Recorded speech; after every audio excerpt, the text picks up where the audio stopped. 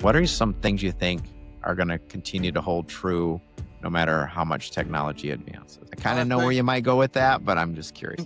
the need for the tool makers or the machinists, a lot of things might be able done with a robot. Production work a machine can be loaded with a robot, but when it comes to doing the tooling that we do, it's the stuff we're doing isn't something that's a mass produced thing. Most of the time, we're only making one or two pieces.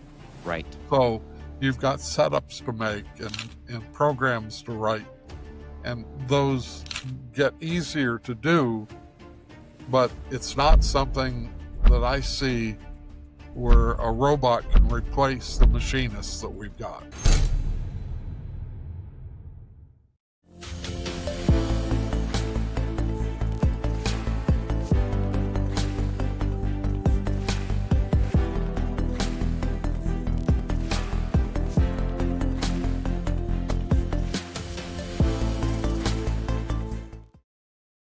Welcome to the Systems Edge. This is where we dig into those real stories behind how businesses eliminate operational chaos. And today our guest is Steve Gildea. Steve's got a long career with GT Automation in the Fort Wayne, Indiana area. And Steve, welcome to the show. Thanks a lot. Yeah, I'm glad we could Yeah, thank you. I'm glad we could connect after our conversation last week. I actually thought about you almost all week long. It was such a great conversation. I think we talked about how we wish we could have recorded that conversation, but here we are in a little bit more of a formal recorded format here. And Steve, you've had a long, distinguished career there at GT Automation. I don't know how distinguished it is, but I've lasted through it. So you endured it. Yeah. I am excited to hear your story and some of your life lessons and share them with our listeners today. So let me just start off like I typically do and just say, maybe give us your role, your background, what GT Automation does, and not necessarily the LinkedIn version, more of just a casual over coffee kind of Okay. approach to it. Yeah. Yeah. My dad and grandfather started in 1946. The name was Gildea Tool and Engineering. And I started when I was in grade school and high school, just doing odd little jobs there. I started sweeping the floor, but ended up, Dad would get small jobs, little lathe jobs, and he had plenty of time to get them done. So I got some experience there. When I got out of high school, I went to University of Detroit to study mechanical engineering. But after 2 years, I talked to Dad. I said, hey, this isn't what I really want to do. I like what you're doing, like working in the shop, more hands-on than engineering. So I started an apprenticeship for 4 years. And I was number 7 as an employee. We had 3,000 square feet. And I did my 4 years. And when I got done with the 4 years, I had an apprentice program finished. I got my tool and die maker certificate and worked until 1982 with him. And he retired, so I bought the business from him. And today we've got 30 employees and about 70,000 square feet. In the time, we did some die work, we did automation work, we did general tool machining, and it's just been a really, really good time. I really have enjoyed it. I'm glad I made the change. But during that time, especially now since it's on my back, I'll say, this is 60 years for me. And over the past few years, I've really realized the biggest problem we've got are finding the machinists, finding the tool and die makers. Mm-hmm. There's such a shortage all over the trades. but especially in our area. My average employee is about 45 years old. I've had a couple retire that worked for me for 50 years. I've got one that still works for me, and he's got 52 years.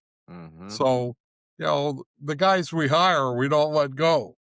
Yeah. But Yeah. we started a program about 5 years ago, uh, trying to do some new training techniques. The apprenticeships have really gone away, but we have encouraged kids coming out of high school to go into a 2-year training program. They work full time while they're in the training program. They go to school nights, 2 nights a week. And during that 2-year period, their starting pay is $50,000 a year. So when they finish their 2 years, they end up with an associate degree in manufacturing technology, and they don't have any loans, so no student loans. That's great. So it works out great for them. And they're working with my skilled machinists during that 2 years. So they really get on the job training. Mm, The combination of school and the work they do during the week yeah. has just worked out great. Yeah. That's actually They, one of the ways you've overcome an operational challenges just oh, by yeah, yeah, reinventing the way you hire people. I've Yeah. got 3 or 4 guys that are going to retire in the next few years, so we've got to replace them. Yeah. And we're so busy that I really need more. Yeah. We got an intern now that's a senior in high school. Wow. He seems to be happy. We haven't scared him away. Uh, Hopefully, at the end of the year, he'll come to work for us full time. It's a great model. And uh, man, I know I mentioned when we talked last week, my son-in-law has thought of this. He goes into a lot of shops too and just said, but this is what the trades are going to need to do. You just are a little ahead of the curve, so to speak, on that. I want to back up a real quick though and say, what what what is a typical week like for you? Your role is, I guess, president CEO. What's a typical week like for you? At this point, I have to admit, I'm 80 years old. I've got a great crew in my office, and I come in, I do quoting on jobs. I spend a lot of time out in the shop with the guys. I'm the cheerleader out there, There you go. just making things run along. There you But, go. at my age, I really feel I need to get a good crew in my office so that this place can continue down the road. Yeah. The Yeah. plan is when my wife and I are gone, the shop will continue to go. And at that point, all the income will go to the employees. Yeah. So, they're making really good money now, but after our demise, they will share the proceeds of their work, and hopefully that will encourage enough new employees to come on, because this is something that has to be done locally, not something that companies can import from any place all over the world. We're on 24-hour calls 7 days a week, and my guys know where they get their bread buttered. They know the customers are there, what what feeds them. Yeah. So we get calls at 10 o'clock at night or 3 in the morning, and we've got a set routine where somebody gets those calls. And if we have to go pick something up and get it back here to repair it or whatever we have to do, Wow. there's a set routine for them to do it. And it works. And the companies we work for acknowledge the fact that Yeah. that's what they want. Well, And you're going the extra we do. mile. If you're taking calls at 3 in the morning, you are going the extra mile. Oh, yeah. Who does Well, that, right? half of my guys want to come to work at 4 in the morning, and usually we're working 10 hours a day. So, they come in at 4 in the morning and they're here till 2. The rest of the crew come in at 6, and, they're here till 4 in the afternoon. So, uh, it gives us a little flexibility. We're working one shift, but it runs from 4 in the morning till 6 at night. And if necessary, we stay over. Yeah. Yeah. That's It's great. I was going a to ask you what really your biggest motivation was to kind of continue to, deal with operational challenges, but you kind of answered it. It's if you're kind of there's some succession planning happening, and really you're in the yeah, middle of it. yeah. So, and you want a You know, smooth handoff. I realize, I've got 2 sons. Have to say they're both lawyers. Luckily, because of GT, we don't have any student loans to pay off. But in most cases, you know, guys go to school and end up with these student loans that are like a big mortgage on them. Yeah. Yeah. And the good thing about our program is our trainees end up being well paid and no student loans. Yeah. It's just It's a works. great model. What's a big shift you've seen in your industry? Something maybe that stands out to you as the most transformative you've seen in your career? The the biggest thing is that when I started, you had to turn every crank by hand. You loaded the parts by hand, you cranked the machines by hand. And today, it's all computer. All our machines are CNC, computer controlled. Uh, we've got cranes over every machine that we've got in the shop. Mhm. So it's not a lot of heavy lifting. Uh, where before there was a lot of heavy lifting, Yeah. So in and general, just and technology in general sort of the has. technology. I mean, right now we've got 3 water jet cutting machines. We can cut 7 inches thick steel with water, Yeah. and very accurately. Yeah. When I started, it was a bandsaw, and it wasn't near as accurate. Yeah. Yeah. Yeah. That must have So, been some challenges to learn a lot of oh, these technologies over the years.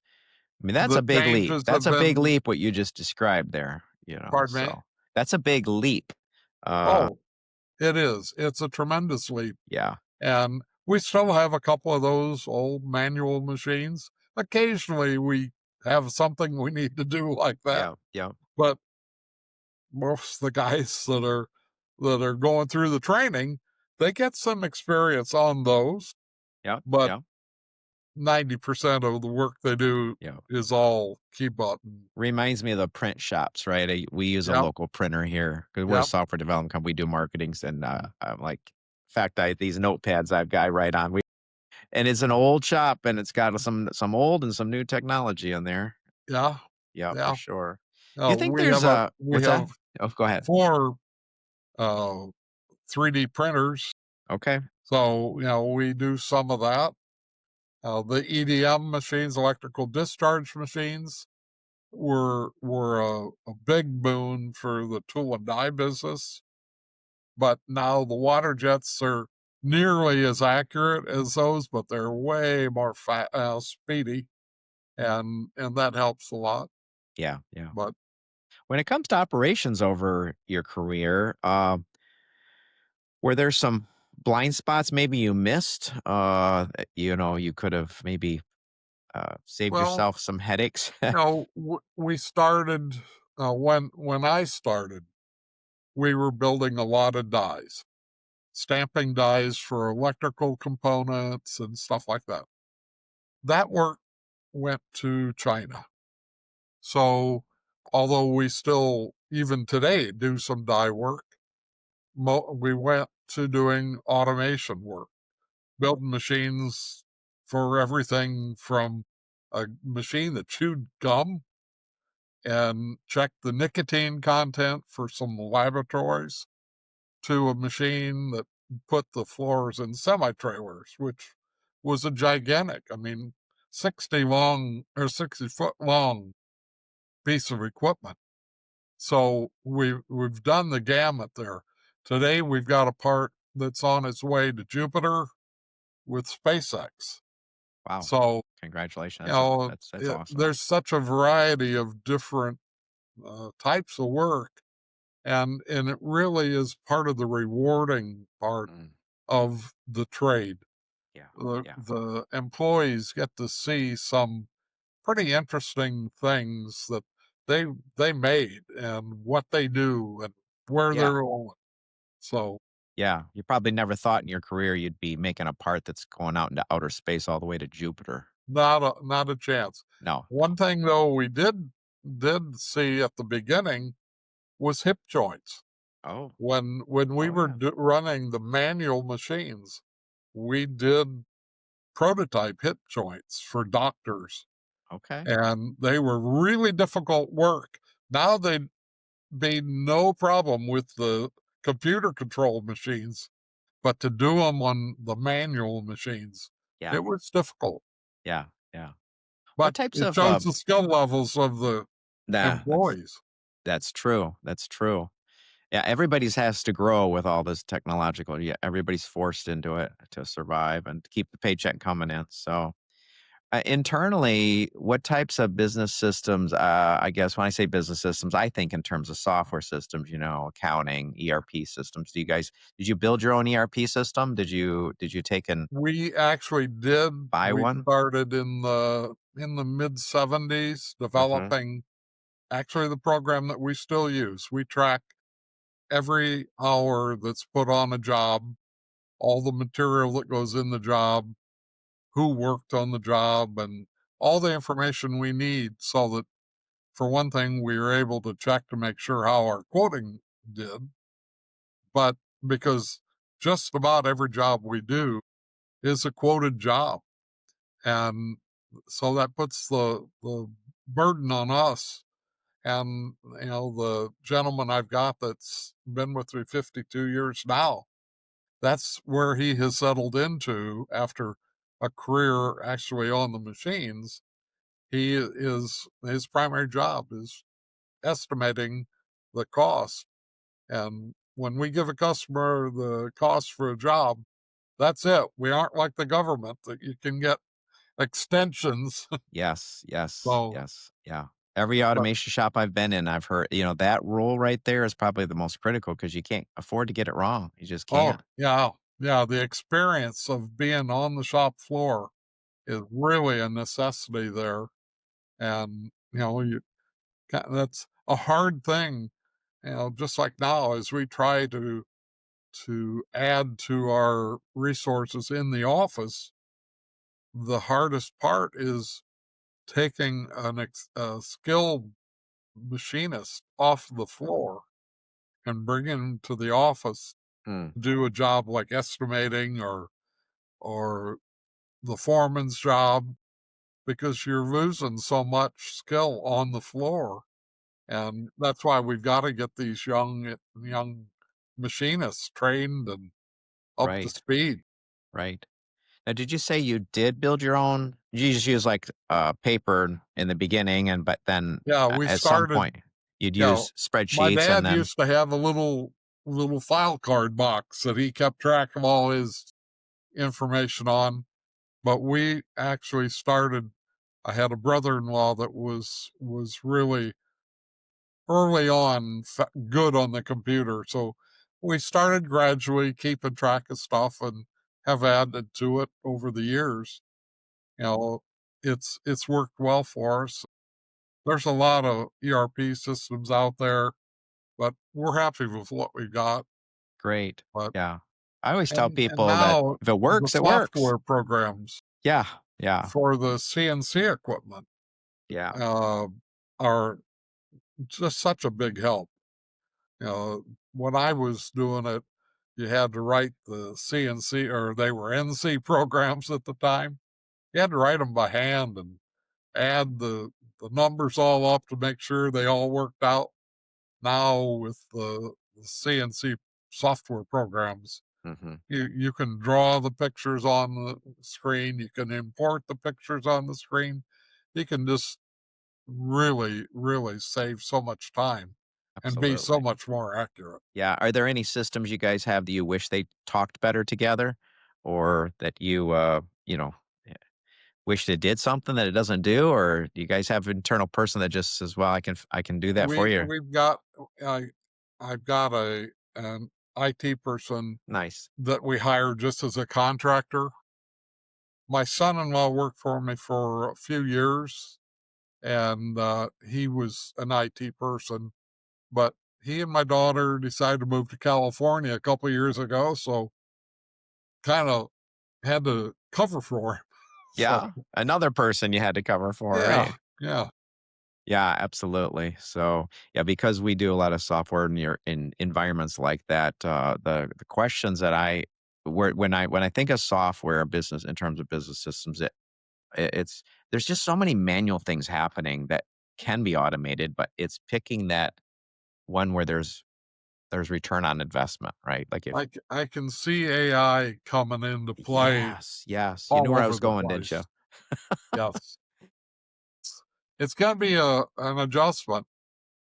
It's I think it's coming on fast, but at the same time, we're able to blend into it uh, a little bit at a time and not be overwhelmed too much. I was going to ask you. That's my next question. I was going to feed off that and ask, well, how do you see it from what you know of it, right? Because it's unfolding so quickly. It's like every day it's something new. But have you guys found some things you can tap into to automate things in your Oh, shop? yeah, definitely. I mean, uh, when you need information about materials Yeah, or processes, it's so easy to get the stuff, and it's so quick. Uh, it when we're doing the estimating on jobs, we're finding that it's speeding up the time that we have to put an estimate together for a job do and you get use it to the estimating customer. software specifically for your industry, or you're using? So I'm trying to understand how you plug that into AI. You just give it a bunch of data and have it. Yeah, in a lot of cases, we're starting to be able to just plug in the drawings, Great, and you've still great. got to be careful. Yeah, yeah. uh, you know, bad stuff in, bad stuff out. So Right, right. you still have to have someone that knows when it doesn't come up right. I've got one customer that are trying to automate their quoting system completely. Sure, sure. And I'll tell you, 50% of the time, it's a problem. Yes, When yes. they come to us and they tell us what they think it's supposed to cost and we can't buy the material for that, we know there's an issue, Yeah, yeah, yeah, and that yeah. happens quite a bit. I We've know. got a good relationship with them. Yeah, They depend on us a lot of times. They'll send us what they think it should cost because they're a third party supplier, and they want to give their customer what the cost is going to be. But if sometimes they get too fast on the trigger and put an estimate out there they've got to live with, and they regret it. yeah. I could But take them out. They gotta be careful. it makes our relationship really good because they depend on us to Yeah, verify what they're coming up with. yeah. I always think of AI as like a calculator. My wife's a math teacher. It's like she doesn't have a problem with them. Like, input the data. You gotta know what to input, and you gotta check your work and do the formula afterwards. I'm sure your estimator, he uses it to save time where he can, but I'm sure at the end of the day, he's still gotta go Oh with a yeah, fine-tooth comb and, know how yeah, to know how and to sometimes you just have when I started, I had a we had a shop manager, and the two of us, after I finished my apprenticeship, would work together, and he was training me to be able to quote the same stuff like he was doing. So we would both quote every job, but one of us would go through it detail by detail. The other one would be like 10,000-foot overview, Hmm. look at it quick and say, okay, this is what I think it should be. It was amazing. Most of the time we were within 10%, Hmm. but every once in a while wow, we're too different. What's wrong? Yeah. And we'd have to go through it and really, really digest it. Yeah. And it was great for me because it was a good way for me to learn the quoting process. But it was good overall. We were able to work together and avoid some of those pitfalls. Yeah. Yeah. You got to trust the estimator because that one person can Oh yeah, uh can take you out, take ruin your whole business. And so a lot of trust is in their hands to get it right. I know some business owners the owners with a couple hundred employees still won't let anybody do the estimating yeah. because it's just Well, too. what I see, most jobs, our employees see the quoted time when we give them the folder Yeah. and the information for the job. They see how many hours there is on it, and quite a few, I'll say a fairly high percentage of the time, oh, that's not possible. Yep. Yep. Sometimes we can do something about it, but most of the time we just have to say, oh, you know, do your best. Yep. Yep. Sometimes you have to take a licking, and Yep. Yep. Well, I know here and we found that when you're doing an audit or analysis a year later, you're like, how did we missed every estimate by 10%? You're like, so we get a monthly printout of all the jobs, and it shows where our percentage of profit was on the job. yep. So we do that after the jobs are done, and Mhm. it gives us all a good information base because a lot of the jobs we do come back or things similar, and we rely on those jobs. So we we encourage our employees to be honest about where they put their time. If they see that they've only got 40 hours to do it, and they've got 60, we don't want them to bury the other 20 someplace because we Right. might have to do it again. And then the next time we say, whoa, what happened? Right. Yep. So You're describing operational challenges and how you you're bet. dealing with them. When it Yeah. comes to, I guess, operations in general, what are some things you think are going to continue to hold true no matter how much technology advances? And I kind of I know where think, you might go with that, but I'm just curious. yeah, yeah. The equipment that we're using today is pretty advanced, but I can see down the road that tooling can still be improved. We've seen the difference between the original just high speed tooling that we used when I was starting, going to the carbide inserts, and now to ceramics, and the cutting speeds and feeds have changed so much. The productivity is so much higher today than it was 40 years ago. Sure. Sure. And that stuff is changing, you know, day by day. And also the speed of just general machining is changing so much. What are some things though that if that won't change in the future with in your business Well, or I think operations? the need for the tool makers or the machinists, you know, a lot of things might be able done with a robot.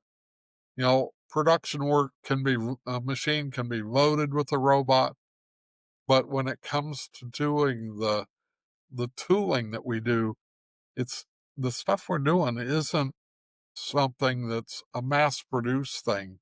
Most of the time, we're only making one or two pieces.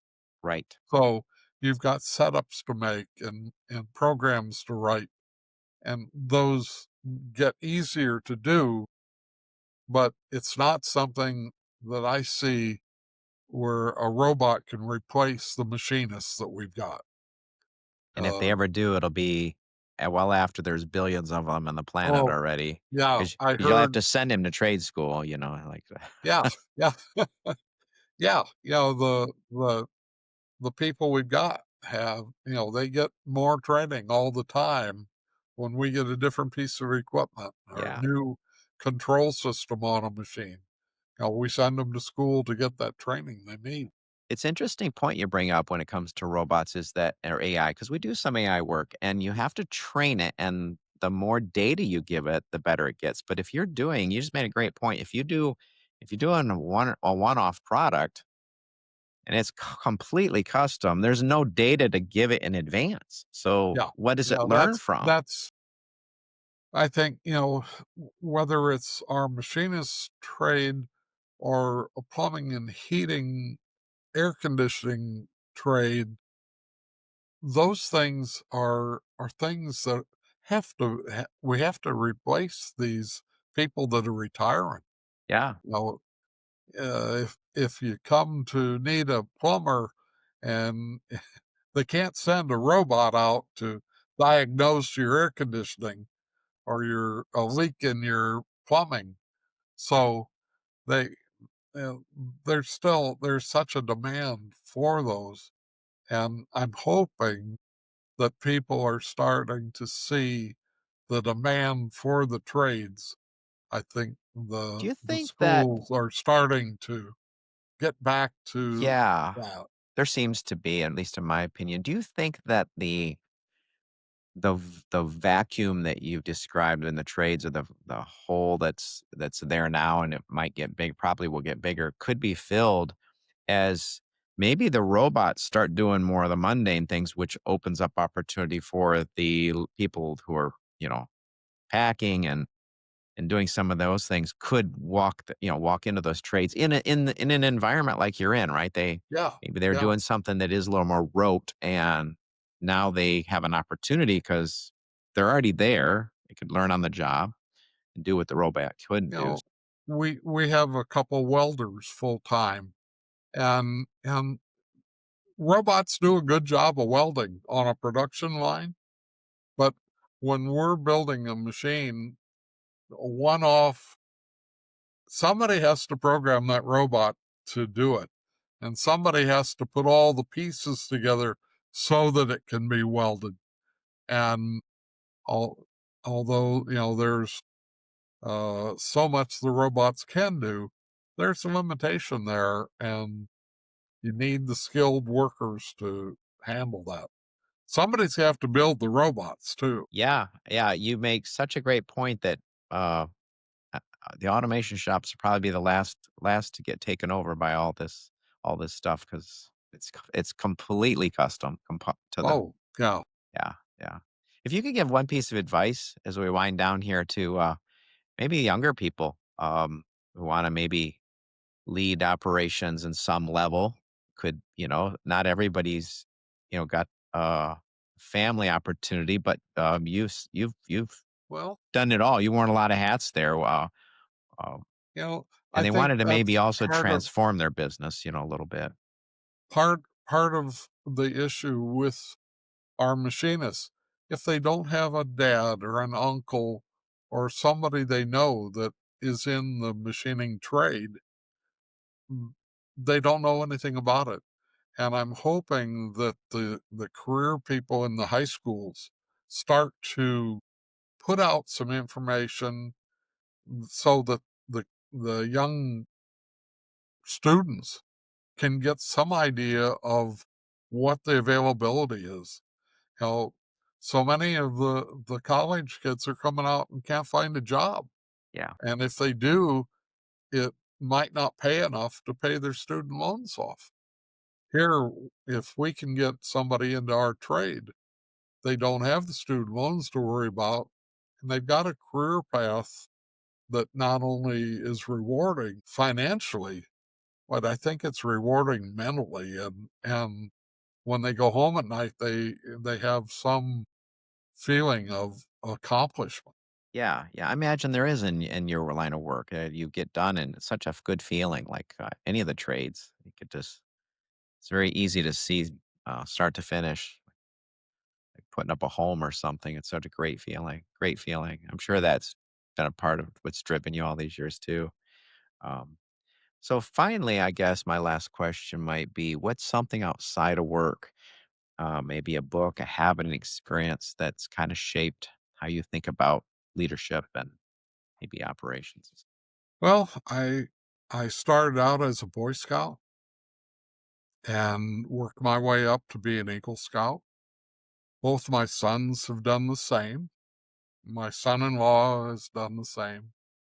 I think, although there are a lot of changes between when I was a Boy Scout and scouting now, I think that is a good basis for young men to get into. I That's think great. it's just a good starting point. Whether Yeah. they're going to college or whether they're going into a trade, Yeah. they Yeah. get a lot of good experience. My two sons were in an Explorer unit that actually led them to be lawyers. Uh, you know, whether they have a lot of outside training experience, and I think it's just a good basis for a young man.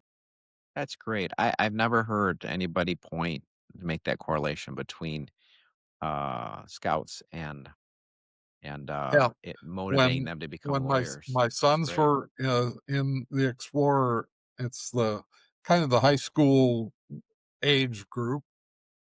They have a program where they had all different kinds of trades, plumbing and heating and electrical, even barbers and lawyers and accountants.